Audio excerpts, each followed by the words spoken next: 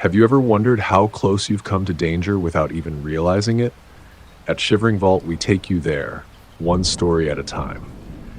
But before you drift off, consider liking this video and commenting where you're watching from. Now, let's dive into these chilling stories.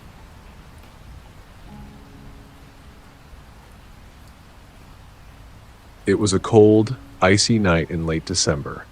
The weather in Texas doesn't usually get this bad, but that evening, everything had changed. A cold front had swept in, and the roads were covered in a thick sheet of ice. I was on my way to visit some family for Christmas, but with all the cars backed up on the main highways, I decided to take a back road shortcut to save time. At first, everything was fine. My old Honda wasn't the best car for icy roads, but I figured I could manage. I had the radio on low, the heater blasting, trying to make the best of it. The road ahead had some sharp bends, but I knew the area well enough to take it slow. But as I turned a corner, I saw it. The road ahead was slick. The kind of slick where you can feel the tires start to lose traction even before you realize it. I tried to slow down, but it was too late. The back end of the car started sliding, and suddenly I was no longer in control. My heart skipped a beat as the car skidded sideways. I yanked the steering wheel, trying to correct, but the ice had me.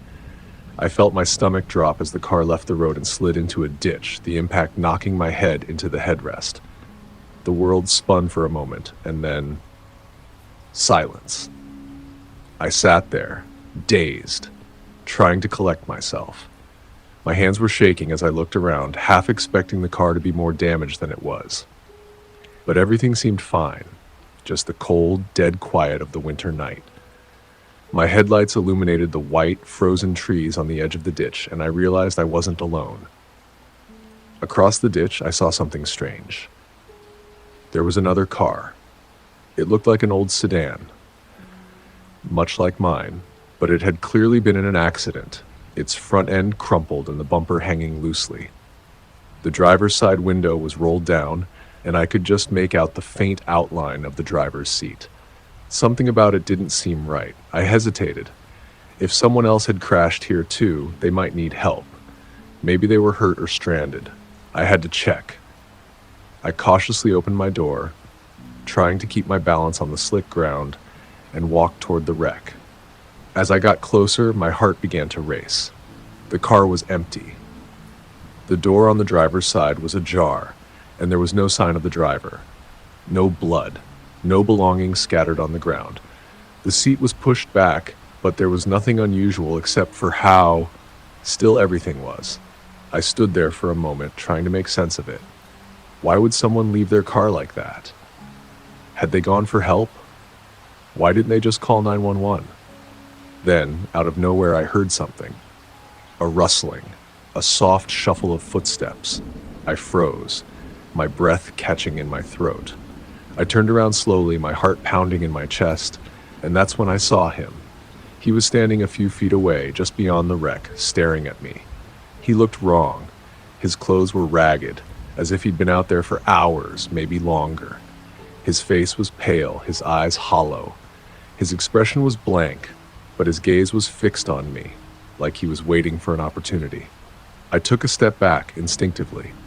"Are you okay?" I called out, trying to break the tension. My voice cracked slightly as I spoke. He didn't answer. He just stood there, not moving, his stare cold and unblinking. "Are you all right?" I asked again, my voice more urgent this time. My gut was telling me something was wrong, but I couldn't put my finger on it. And then, without warning, he stepped forward, closing the gap between us. I took another step back, my heart racing. "Hey, stop!" I shouted, but he didn't listen. His movements were slow, deliberate, like he was studying me. The air around us felt colder now, heavier. "Give me your keys," he said, his voice low and rough.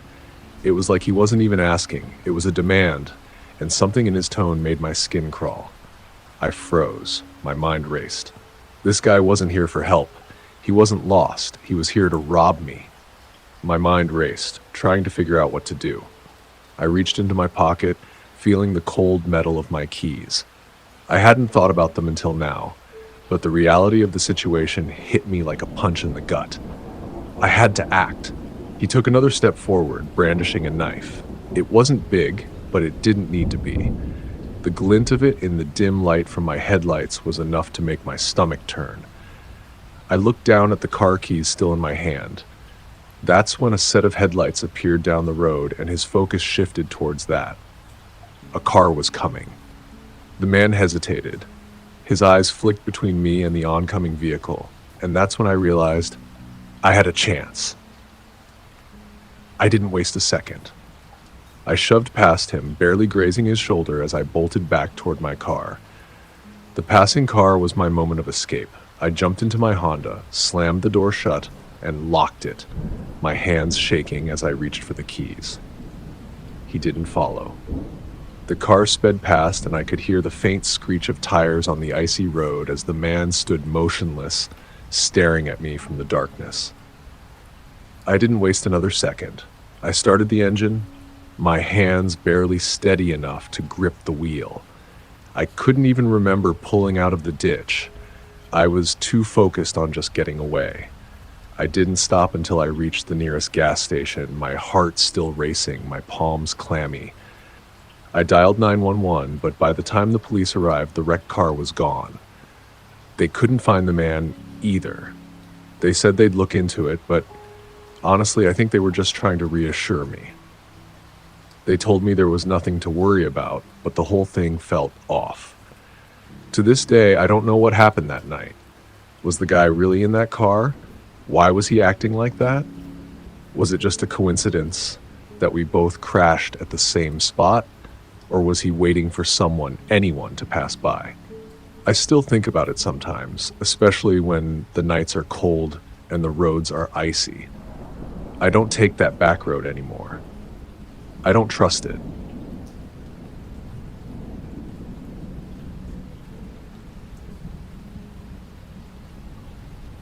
I've always been the kind of person who craves solitude.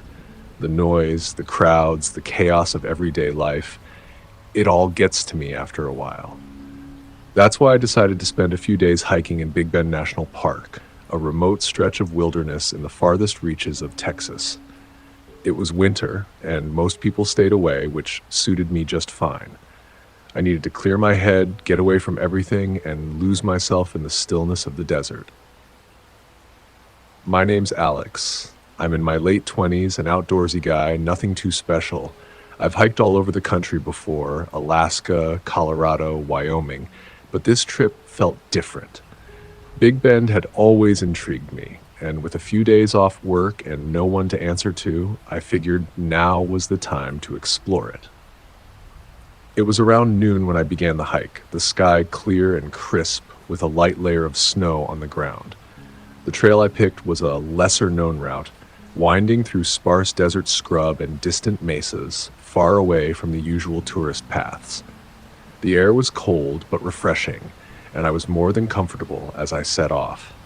The snow crunched beneath my boots, and the only sounds were the occasional rustle of the wind through the trees and the distant calls of birds. At first, the peace was soothing. There's something calming about being alone in a place like that. The vast emptiness making you feel both insignificant and free. I hadn't expected to see anyone. The park's backcountry trails don't exactly attract crowds in the winter. I was prepared for the isolation. But about an hour into the hike, I started to notice something strange. I couldn't put my finger on it at first. It was that feeling you get when you think someone might be watching you, but you're not sure. I'd glance over my shoulder every now and then, but each time there was nothing, just snow, trees, and the silence of the wilderness. I shrugged it off, thinking I was just being paranoid. After all, I was in the middle of nowhere, with no reason to suspect anyone would be out here. But then I began seeing it. A shadow, or maybe it was a shape. Something that darted behind the trees just at the edge of my vision. Each time I stopped, whether to drink water, stretch my legs, or adjust my pack, I'd feel it again, that unsettling sensation that someone or something was nearby. The feeling grew stronger with each passing minute, At first, I chalked it up to my imagination. Maybe it was an animal, a deer, or a coyote. But as I continued, I began to notice more, fleeting glimpses of movement just beyond my line of sight, shadows that didn't belong. I turned my head, but nothing was there. Still, the feeling of being watched wouldn't go away.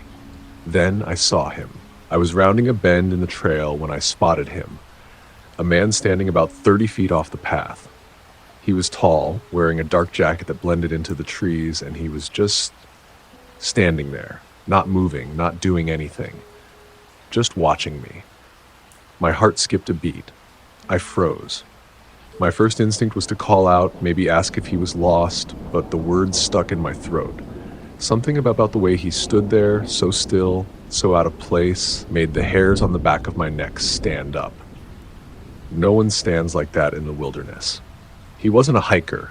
He didn't have a pack or gear. Just a silhouette against the trees, staring in my direction. I don't know how long I stood there, but the moment felt like an eternity. I didn't know what to do. Finally, I decided not to engage. Maybe he was just someone passing through, or maybe I was just overthinking things. I turned my head and kept walking, my pace quickening as I tried to shake the feeling of unease.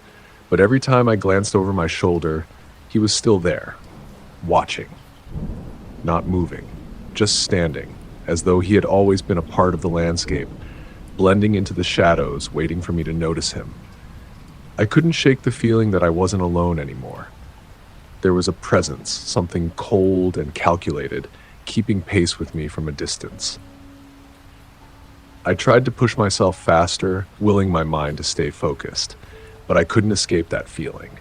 I'd stop to rest, and when I did, I'd glance over my shoulder, only to find him further down the trail, his figure hidden behind a rock or a tree, always just out of clear view, but always there, lurking just beyond the trees.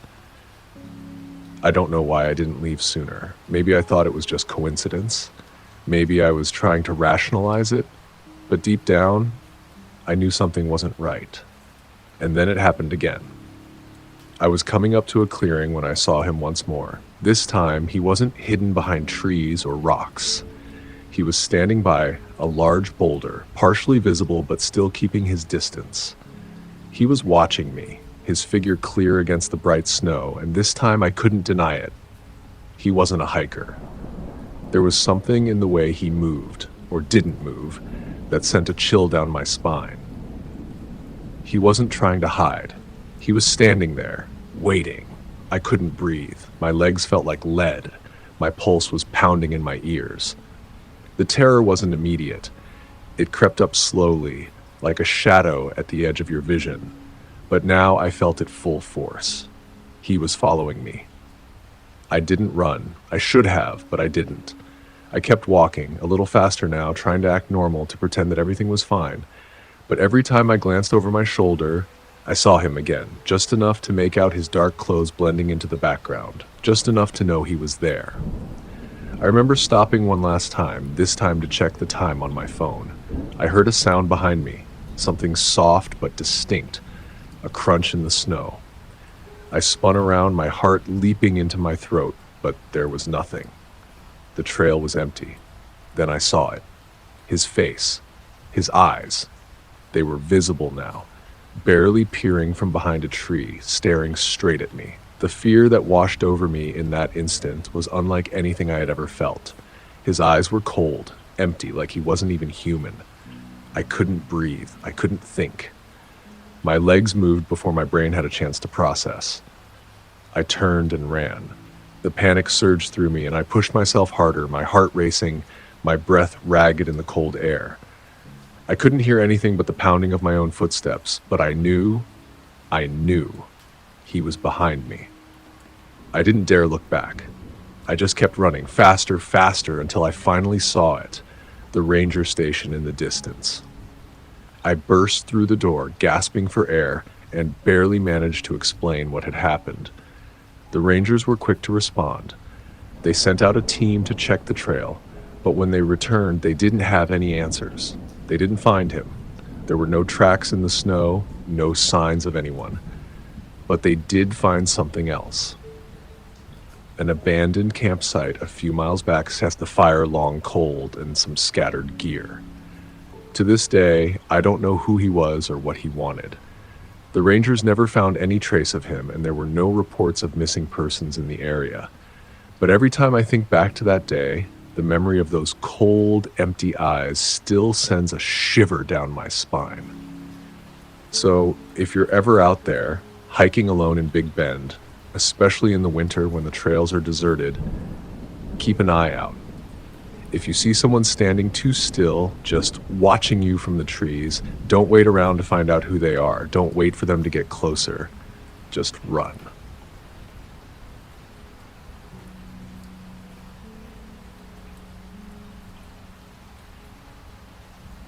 I'd always thought of myself as pretty tough, especially when it came to things like being home alone or babysitting. Sure, I'd get startled by jump scares in movies, but real life? Nah. I never thought I'd be the type to get spooked. That was until one winter night in 2020, when I was 19 years old, babysitting for a friend in a small town near the edge of West Texas. It was a Friday evening when Rachel asked me to watch her kids while she and her boyfriend went out for a night. We'd been friends since high school, so it was a pretty routine gig. Nothing fancy. Just a few hours to watch her two kids, Zoe, a 6-year-old, and Liam, a 9-year-old, while they were off to have some time to themselves. I'd babysat for her countless times, so I knew the drill.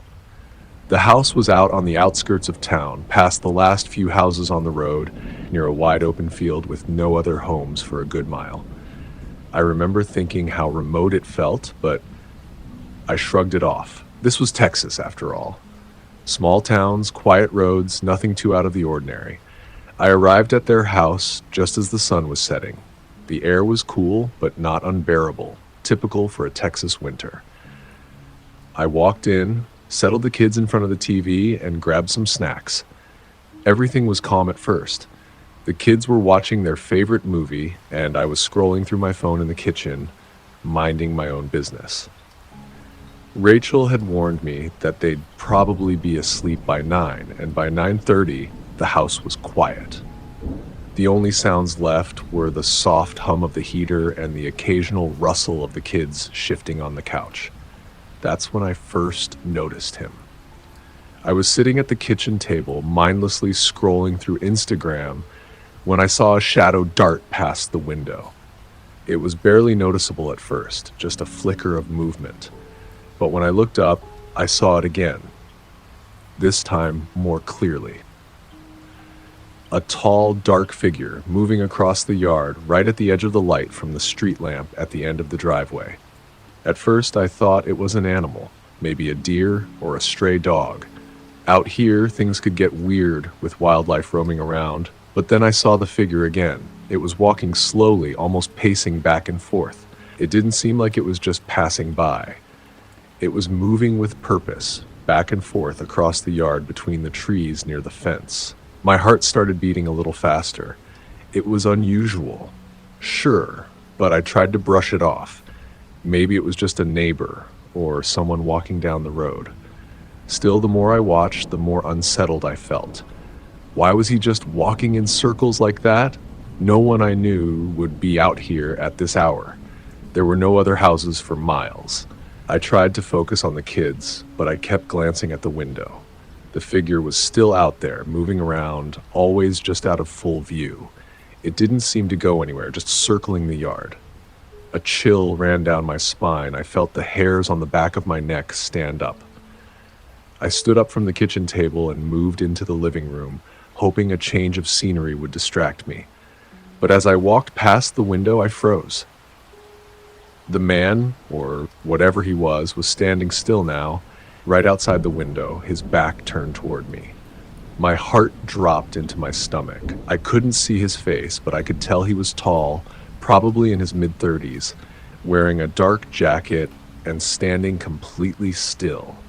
It was like he knew I was watching him. My stomach twisted into a knot. I backed away from the window slowly, trying not to make any noise.